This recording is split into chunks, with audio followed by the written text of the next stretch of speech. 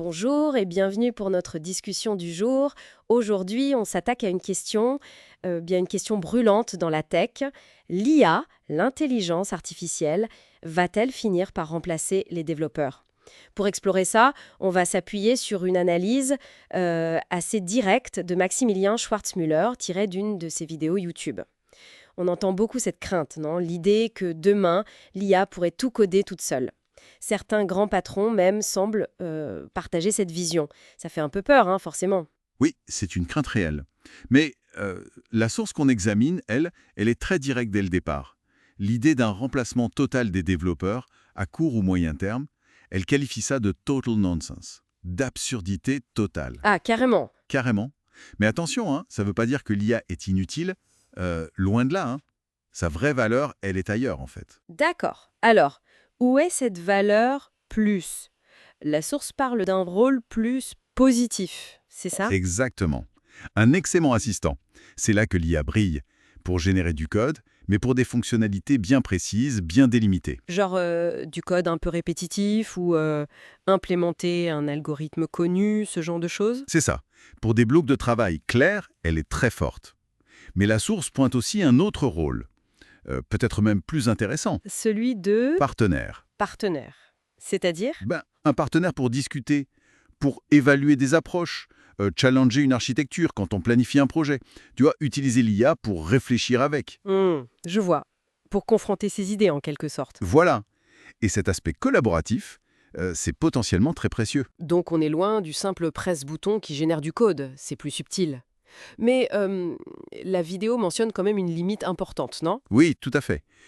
Le gros point faible, selon la source, c'est la construction d'applications complexes, de A à Z.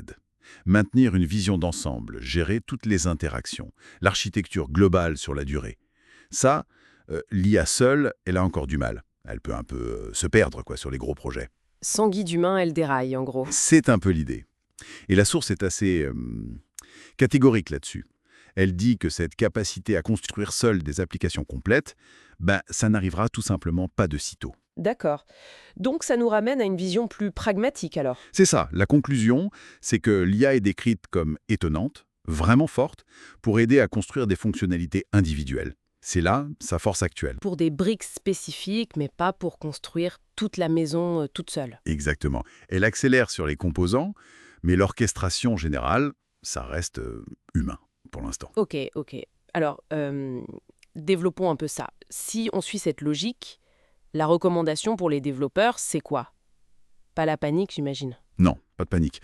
Plutôt, il faut utiliser ces outils, activement, là où ils sont bons. Donc, intégrer l'IA dans le travail quotidien. Oui, c'est ça l'idée. Maîtriser ces outils pour les tâches ciblées.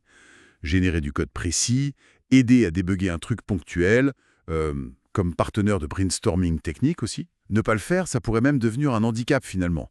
L'objectif, c'est d'augmenter ses propres capacités, pas de se faire remplacer. Ah, cette distinction est clé. Augmentation, pas remplacement. Ça change la perspective. On passe de la menace à l'opportunité peut-être? Une évolution du métier? Tout à fait. Et ce qui est fascinant, je trouve, c'est comment la source arrive à la fois à démystifier ce remplacement imminent, tout en soulignant la puissance bien réelle de l'IA comme outil. Elle la remet à sa place actuelle. Super assistante, partenaire de réflexion en devenir, mais pas encore architecte ou chef d'orchestre. Alors, qu'est-ce que ça implique pour les développeurs, concrètement?